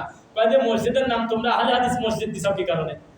আহলে হাদিস নামটা কেটে দিয়ে খালি লেখেন যে মসজিদ ঘর, তাও ভেঙে দেবে যদি কোন সুন্নাহ মোতাবেক যদি পরিচালিত হয় নতুন জায়গা, তাও সহ্য করবে না। মূল কথা তাদের কাজে না, মূল কথা নামে না, কাজে হলো সমস্যা। আপনি এমনি একটা টিনের ঘর দিয়ে লেখেন বাইতুর রহমান জামে মসজিদ, এটা কি কোনো দল পাইছেন? দিয়েই দেখেন, ওখানে যদি আপনি রাসূলের পদ্ধতিতে সালাত আদায় করেন, প্রত্যেক বেদাতির কানে খবর চলে যাবে মুফতিদের যে কবে ভাঙলে ভালো হয় বলতো। না বুঝে আপনারা পণ্ডিতি করেন। অনেকে আমাদের ভিতরে আছে যে হুজুর একটু ধীরে ধীরে বলেন, করার কথা না বললেই ভালো হয়, একদিন ঠিক হবে, ডেট দেন কবে ঠিক হবে। এই 2025 সালে এখনো নৌকা পোদা করে রাজবাড়ির লোকজন, অথচ তারা মুসলমানের বাচ্চা। এখনো পর্যন্ত আমাদের এলাকায় হিন্দুদের মূর্তি পোদা মুসলমানরা শতকরা 70 জন না থাকলে জমে না। আপনি কবে ঠিক হবে একা বলে দেন। এখনো পর্যন্ত আমাদের এই চট্টগ্রাম, নারায়ণগঞ্জ, পাবনার বহু জায়গায় নতুন বাচ্চা জন্ম নেওয়ার পর তার মাথার কাছে হাড়হাড্ডি রাখে, একা কবে ঠিক হবে? এখনো পর্যন্ত তন্ন তন্ন করে খুঁজলে দেখবেন নামাজি লোকের গলার সাথে তাবিজ বালা নিয়ে আল্লাহর ঘরে আসছে, একা কবে ঠিক হবে? একা ঠিক হবে কেন? এটা বলছে কি আপনাকে? আমরা খোঁজাতেই থাকবো, আমরা বারবার বলতে থাকবো তাবিজ শিরিক, কোনো কিছু লাগানো কল্যাণের আশায় শিরিক। ও কবে ছিড়বে ওটা আমার দায়িত্ব না, আমি বলতেই থাকবো ইনশাআল্লাহ, বলতেই থাকতে হবে। সবাই একভাবে বলবে না। যেইখানে প্রত্যন্ত গ্রাম অঞ্চলে গিয়ে আমরা আমাদের লোকাল ভাষায় ওই জায়গার পরিস্থিতি অনুযায়ী আমরা যে বক্তব্য দিই, ওখানে আমাদেরই দরকার। ওখানে বড় শক্ত লোক গিয়ে যদি বলে, ওখানে অনেক বড় বিদ্বান গিয়েছে, গিয়ে বলে তাওহীদুল উলুহিয়া, তাওহীদুল রুবুবিয়্যা, তাওহীদুল আসমা ওয়াস সিফাত, মোট উঠে জিলাপি খেতে চলে যাবে। অথচ অনেক বড় মাদানী আলেম গিয়েছে সেখানে, এত বড় বড় দামি কথা বলতেছে, কিন্তু বুঝতে না পেরে জিলাপি খেতে চলে যাবে। ওখানে ওর ভাষায়, ওখানে ওর জায়গা থেকে উঠে আসা একজন মানুষকে দিয়ে ওইভাবে সিরিয়াস তাকে বেশি আঘাত করতে হবে, যদি বুঝতে পারবেন। তাকে বোঝাতে হবে জমি টেকে না কি কারণে, দাদা এত কষ্ট করে তোমার বাপের নামে দিয়ে গেল, মুখ দিয়ে বলে গেল, সেই জমি টেকে না কি কারণে, কত দলিল করে নেই তো সেই কারণে। তখন তাকে আমরা বলি মিলাদ কি আবিষ্কার করছে, কত বছর আগে থেকে চলে সেটা বড় কথা না, যেহেতু রাসূলের সিগনেচার নাই সেটা বাতিল বাতিল বাতিল। সব জায়গায় ভঙ্গি করে বক্তব্য দেওয়া যায় না। আবার আমাদের বড় আলেমরা একাডেমিকই একেবারে বিশ্ববিদ্যালয়ে বড় বড় সেমিনারে তারা যে বক্তব্য দেবে, সেখানে আমরা 2 মিনিটে টিকতে পারবো না।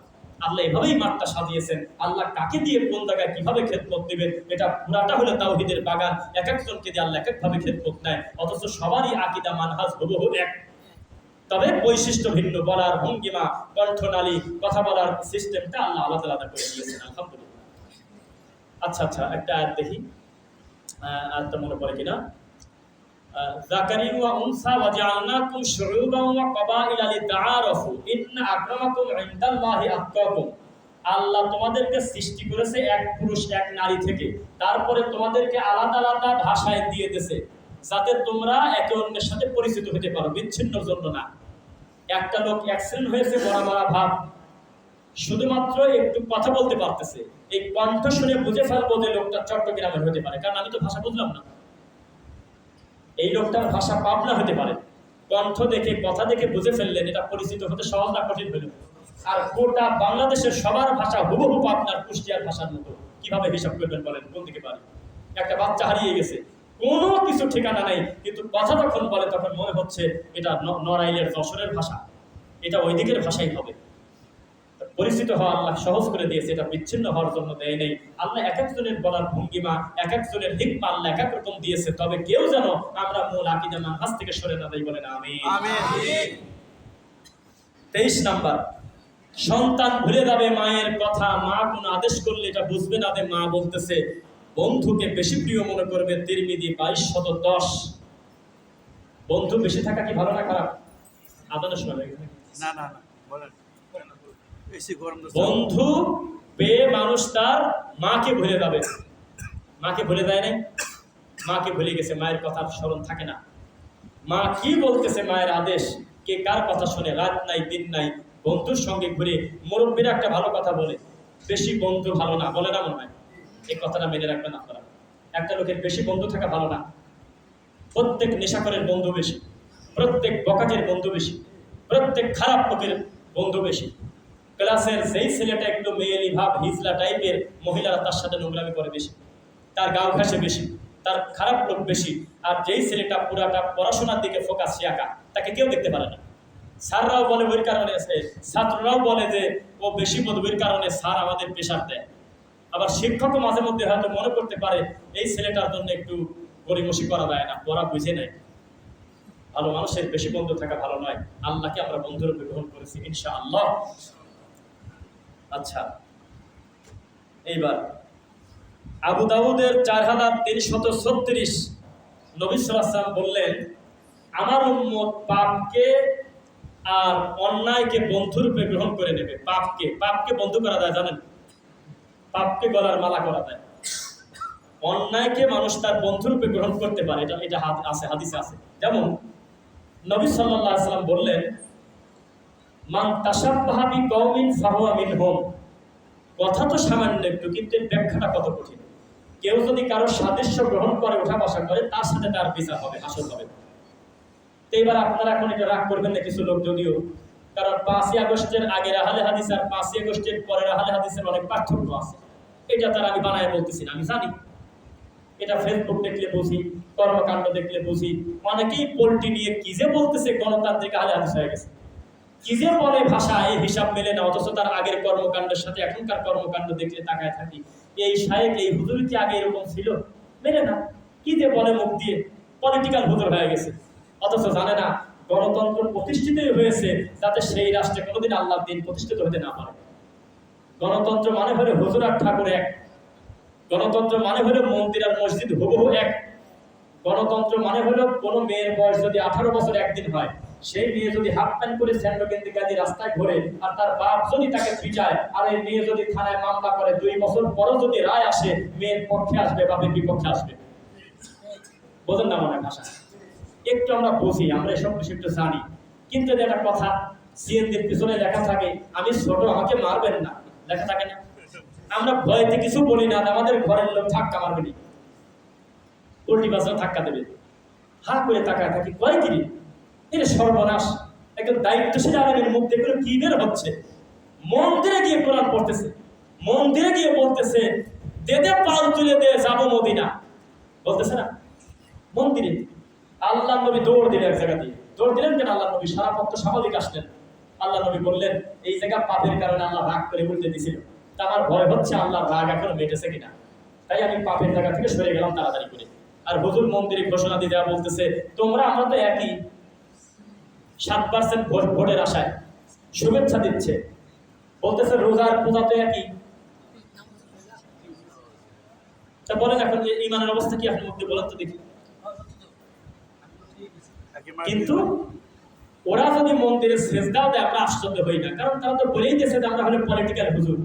কিন্তু আমাদের আফসোস লাগে আমার ঘরের মানুষরা যখন তাদের সাথে ওঠা বসা করে তখন আমাদের একটু দুঃখ লাগে, এ ধর্মটাকে কি বুঝলো? কারণ পলিটিক্যাল ইসলাম মানেই হলো আমার সিলের যে মূল্য ঠাকুরের সিলের মূল্য একই। আমার থেকে যদি ওনাকে একটু কম মূল্য দেয় তাহলে উনি কষ্ট পাবে, তাহলে ঝামেলা আছে, ভোট হারায় যাবে। কেন বোঝেন না? যেই জিনিসটা ডেলিভারি দিয়েছে ইহুদি খ্রিস্টান তারা আপনার বন্ধু হবে? আহারে, নবী সাল্লাল্লাহু আলাইহি ওয়াসাল্লাম বলেছেন খবরদার তোমরা ইহুদি এবং খ্রিস্টানকে বন্ধুরূপে গ্রহণ করো না, বলে নাই? অথচ আমরা ইহুদি খ্রিস্টানকে বন্ধুরূপে গ্রহণ করে নিছি আর মুনাজাতে বলি আল্লাহ ফিলিস্তিনের মাজলুম ভাই বোনদেরকে তুমি রক্ষা করো আল্লাহ। তো মুনাজাত তো সাদি পার হয় না, সাত আসমানের উপরে যাবে কিভাবে? ডাইরেক্ট শিরকের সাথে লিপ্ত আমি, সরাসরি কুফরি মেনে নিছি, ডাইরেক্ট সুদ মেনে নিলাম। যদিও সুদের পাপ এখন অনেকটা হালকা হয়ে গেছে, এখন আর ওইভাবে স্বতন্ত্র বক্তব্য কেউ দিতে চায় না, দরকার কি আছে? এটা থাক, নাউজুবিল্লাহ মিন যালিক। দায়িত্বশীল মান, কে ক্ষমতায় আসলো, কে গেল, কে কোথায় গেল? আহলে হাদিসের বাচ্চা এরই পরে আছে, ছোট লোকের এই কাজ করে। আমাদের আগের বক্তব্য দেখেন আর এখনকার বক্তব্য দেখেন, বক্তব্যের গতি এক চুল কম বেশ পাবে না। ঠাকুর পূজা করবো কি কারণে? ওদের সাথে জীবনে আমার মিশবে না, কারণ তারা গণতান্ত্রিক হুজুর, তারা পলিটিক্যাল হুজুর, তারা কোনোদিন আমাকে মানবে না। আপনার কি মনে আছে কামরুল ইসলাম বিন হরিপুরীর একটা বক্তব্য যখন প্রথম ভাইরাল হয়, উনি বলেছিলেন ইল্লাল্লাহ জিকির চলবে না, এটা মনে নেই? 19 সালে না 20 সালে, কেন করবেন? উনি বলছিল, প্রথম ভাইরাল হয়েছিল ভাইজান, যে ইল্লাল্লাহ জিকির চলবে না, এটা উনি বলছিল। কিন্তু তার নিজের বাপই তার বিরোধিতা করে বলছিল যে না, ইল্লাল স্থির বলে আমার নবী স্থির গাছ যেহেতু কাটতে বানা করছিল তাহলে ইল্লাল্লাহ জিকির চলে। দলিল, গরুর যেহেতু 4টা বান তাহলে 4 মাযহাবি হক, যেহেতু বান 4টা। দলিল দিল। তার ছেলে বলল যে না, ইল্লাল্লাহ জিকির এটা কোনোভাবেই করা সুন্নাহ মেলে না, যেহেতু নবী করে নাই, সাহাবায়ে কেরাম করে নাই। তখন তাদের ঘরের 90% উপরে লোকজন তাকে লিখতেছে যে ওহাবি হয়ে গেছে, লামাজেবি হয়ে গেছে, আহলে হাদিস হয়ে গেছে, ব্যাংক করলো, গালাগালি করলো না? তখন আমি তাকে একটা ফোন দিয়েছিলাম, কেউ কি সাক্ষী আছেন? দেখছেন, আমি তাকে ফোন দিয়ে বলছিলাম, রেকর্ড করে ছাড়ছিলাম জাতির সামনে। আমি সালাম দিয়ে বললাম যে কামরুল ইসলাম বিন হরিপুরী জি, ভালো আছেন শেখ? আলহামদুলিল্লাহ। একটা কথা বলি আপনার, যে বলেন মাত্র একটা দুইটা সত্য স্বীকার করে খোলা মাঠে, তাই আপনার নাম হয়েছে ইহুদির দালাল। জি। আমি বললাম যে বাকি 98টা এখনো তো প্রকাশই করেন নাই, আকীদায় হাতি তো দেন, মানহাজে হাতি দেন নাই, বেদাত শিরকের নামই দেন নাই, খালি বলছেন ইল্লাল্লাহ জিকির চলবে না। তাই গোটা মোনাই গ্রুপ থেকে শুরু করে আপনার বাপ পর্যন্ত আপনার বিরোধিতা, ঠিক কিনা? কয় ভাই কথা ঠিক। তখন বললাম ভাই, আপনি যদি মনে করেন আমি ধীরে ধীরে সত্য প্রকাশ করবো, আপনার ভুল। এই জাতির 2টা সত্য বললে ইহুদির দালাল বলে, 100টা সত্য বললে ইহুদির দালাল বলে। ওরা কি বললো, ওইদিকে ফোকাস দেওয়া বাদ দিয়ে ডাইরেক্ট সত্যটা বলে দেন। আমি বলছিলাম, যদিও মানতে পারে নাই, তবে আমি কথা বলছিলাম, আসলে তো তাই। সর্বপ্রথম আহলে হাদিস হয় কিভাবে জানেন? এই ফরজ সালাতের পর সম্মিলিত মুনাজাত বেদাত এইটা বোঝার পরে তখন আহলে হাদিস হয়ে আর কি হওয়ার দিকে যায়। এইটা হওয়ার কারণে ওই দিনই নাম দিয়েছে ইহুদির দালাল, ওই দিনই নাম দিয়েছে আমেরিকার টাকা খাই। তো দেখলাম যে তাহলে নাম যখন হলোই, তখন আর একটু গবেষণা করে দেখি, যাদেরকে এতদিন গালিগালাজ করেছি, যাদেরকে গালি দিতে গিয়ে বেদাত ছিলাম, তাদেরকে পুরাটা ভালো করে বুঝি আসলে আমার রাসূলের সুন্নাহ কি জিনিস। তখন দেখি যাদেরকে সবচেয়ে বড় খারাপ মনে করতাম, তাদের প্রত্যেকটা আমল আমার নবীর সাথে মিলে যায়, আলহামদুলিল্লাহ। এই জন্য ঘোষণা দিয়ে রাসূলের সুন্নাহ মানবেন। আমরা এখন শেষ করে দেব, আর একটাই আছে 25 নাম্বার। রাসূল বললেন, বাইহাকি শুআবুল ঈমান 2937 সহিহ মুসলিম, রাসূল বললেন ইসলাম থাকবে তবে নামে ইসলাম। এটা বলে শেষ করি। নামে ইসলাম কি? ইসলাম নামে ইসলাম। যেমন যদি বলেন যে ইসলাম ডুবে গেল, যদি আপনি ভাঙি না বলেন তাহলে ইসলাম নামে কেউ পানিতে ডুবে যাচ্ছে, এরকমও তো হতে পারে না? বুঝলেন না? ইসলাম নামে একটা বাচ্চা কুয়াতে পড়ে ডুবে যাচ্ছে, এটাও তো হতে পারে। ইসলাম নামে নাই বাচ্চা। আমাদের ইসলামটা হয়ে গেছে বর্তমানে এইরকম। রাসূল বললেন ইসলাম থাকবে তবে নামে থাকবে, কাজে কর্মে ঈমান থাকবে না, ইসলাম থাকবে না। ইসলাম বর্তমান নামে। আল্লাহ মাফ করুন, মুফতি কাজী ইব্রাহিমের যদি ভুল বলে এটা দায়িত্ব তার, আমার তো দোষ নেই। উনি বলেছিলেন যে ইন্ডিয়াতে বলতেছে আওলাদে রাসূল গির গায়া, তুম লোক কাহা আওলাদে রাসূল গির গায়া। তখন লোকজন দৌড়ে গেল, কয় কিরে আওলাদে রাসূল কুয়া মে গির গায়া। নবীর বংশ, নবীর ছেলে পানি কুয়ায় পড়ে গেছে, তাড়াতাড়ি করে বালতি ফেলা দিল, দড়ি ফেলা দিল, দড়ি ধরে টানতে যখন উঠালো তখন দেখে যে মালায়ন মেথর। কেন তুই কাঁদ দিয়া তখন নবীর ছেলে আওলাদের রাসূল বলে তখন বললো আমার আব্বা কি আদম না? আমার আব্বা কি আদম না? কি মিথ্যা কথা নাকি? আমি কি আদমের ছেলে না? কথা তো ঠিকই। এইভাবে তো সবাই নবীর ছেলে। ইন্না খালাকনাকুম মিন যাকারি ওয়া উনসা, আমি প্রত্যেকটা মানুষকে সৃষ্টি করেছি আমি এক পুরুষ এক নারী থেকে। পুরুষ হলো আদম আর মা হলো হাওয়া আলাইহিস সালাম, তাই না? তাহলে শুধু ইসলাম নামে থাকবে, কর্মে থাকবে না। আল্লাহ আমাদের সঠিক দিনের বুঝ দিন, আল্লাহ আমিন। সেই সাথে ও আচ্ছা, আত-তাকওয়া ব্লাড ডোনেশন গ্রুপ নারায়ণগঞ্জ, তারা এই সামাজিক কাজের সঙ্গে জড়িত। এই ব্লাড ক্যাম্পেইন বা এই বিষয়ে আপনাদেরকে আমরা একটু বলি, যদি এই বিষয়ে আমার অভিজ্ঞতা কম, তবে আমি অটোমেটিক আমার শরীরে রোডিং হয়, বের হয়ে যায়, আবার পূরণ হয়। বরং একেবারেই না দেওয়াটাই বরং খারাপ, মাঝে মধ্যে দেওয়াটাই ভালো, এটা সায়েন্টিফিক ব্যাখ্যা আছে। আর আমার এই রক্তের মাধ্যমে যদি একটা মুমিন ভাইয়ের উপকার হয়, মান আহইয়া নাসা জামিআ, সে যেন সারা পৃথিবীর মানুষকে বাঁচিয়ে দিল। সুবহানাল্লাহ। তাহলে রক্ত দিবেন আপনারা, মনে থাকবেন ইনশাআল্লাহ। আমরা ভয় পাই অনেকেই, আমার ধারণা ভাই বুঝলে ভালো, ও রক্তের গ্রুপও টেস্ট করাবে মাঠে, কোনো টাকা পয়সা লাগবে না নাকি? আল্লাহ এবং তার রাসূলের দিকে যে তিনি কি বলেন। তো এই জন্য আমরা রাসূল সাল্লাল্লাহু আলাইহি ওয়াসাল্লামের সুন্নাহ মানব, তার খোলাফায়ে রাশিদিনের সুন্নাহ অনুসরণ করব। তাদের প্রতি আমাদের ভালোবাসা, শ্রদ্ধা, আমাদের ঈমান জড়িত। যারা সাহাবায়ে কেরামদেরকে গালিগালাজ করে তারা আমাদের বন্ধু না, মনে থাকবে ইনশাআল্লাহ। আর এই সিস্টেমটা আমার খুব ভালো লাগলো। প্রত্যেক ভালোবাসার মানুষ, প্রিয় মানুষ, আমাদের মুসল্লি ভাই, আমাদের দিনী ভাই, আমরা একসঙ্গে একটু পানি খেলাম, একটু নাস্তা করলাম, এটা আমাদের একটা রোহামা উদাইনাহুম। আলহামদুলিল্লাহ। দুই, কিছু কিছু জায়গায় কথা বলে নিজেকে ভাগ্যবান মনে করি। তার একটা হলো আজকের এই চাষারা কেন্দ্রীয় আহলে হাদিস মসজিদ। আজকে বলে দিলাম, আমাদের বক্তব্যের যেগুলো বক্তব্যের থেকে 20 গুণ মানুষ হয়তো মাহফিলে থাকে, ওইটা বড় কথা না। কিন্তু আমি আজকে যেখানে তারা বসে কথা বলতেছি, আমার সামনের শ্রোতারা আমার থেকে বেশি জ্ঞানী। বড় বড় আলেম ওলামার বক্তব্য তারা অধিকাংশ সময় শোনে। আমার থেকে বড় জ্ঞানী আমার ভাই বসে আছে, আমার থেকে বড় জ্ঞানী আপনারা খুতবায় সব সময় বড় বড় আলেমদের থেকে শোনেন। এরপরেও কমিটিতে মনে করছে আমার মতো একটা বাচ্চাকে দিয়ে আজকে দুইটা কথা বলানো যায়, আমি অন্তর থেকে শুকরিয়া আদায় করি আলহামদুলিল্লাহ। এবং আসার পরে আমি মানুষ হিসেবে আমি যে ভালোবাসা পেয়েছি আমার ভাইদের থেকে, আমাদের সম্মানিত মুয়াজ্জিন সাহেবের কাছ থেকে, আমাদের সম্মানিত ইমাম সাহেবের কাছ থেকে, ফজিল সাহেবের কাছ থেকে, ভাই আমাকে দিয়ে আসর সালাত পড়ালেন এবং অত্যন্ত বিনয়ের সঙ্গে আমাকে বলে গেলেন কোনো কারণে যদি আমি আসতে লেট হয় আপনি মাগরিবের সালাত পড়াবেন, ইনশাআল্লাহ আমি চলে আসব। এই বিষয়গুলো আমাকে সন্তুষ্টি দিয়েছে। এবার আল্লাহ তুমি সন্তুষ্ট হয়ে যাও। আল্লাহ তুমি আমাদের অতীতের ভুল ক্ষমা করো। আল্লাহ আমাদের এই সফরটাকে তুমি নিরাপদ করো। আল্লাহ আমাদের সকলকে দিনের জন্য কবুল করো। সারা পৃথিবীর সকল মাসলুম মুসলমান ভাইদের তুমি হেফাজত করো। আল্লাহ আল্লাহ গাজার মুসলিম ভাই, ফিলিস্তিনের মাসলুম ভাই সহ সারা পৃথিবীর নির্যাতিত মুসলমান ভাইদেরকে তুমি হেফাজত করো। আল্লাহ আল্লাহ ইহুদি খ্রিস্টানের চক্রান্ত থেকে তুমি আমাদেরকে হেফাজত করো। আল্লাহ আল্লাহ সুবহানাহু ওয়া তাআলা আমাদের ক্ষমা করুন। আমরা দায়িত্বশীল কাছে জিজ্ঞাসা করবো যে আর কোনো কিছু বিষয় বাকি আছে কিনা, বা কেউ কিছু বলবেন, ঘোষণা আছে কিনা, তারপরে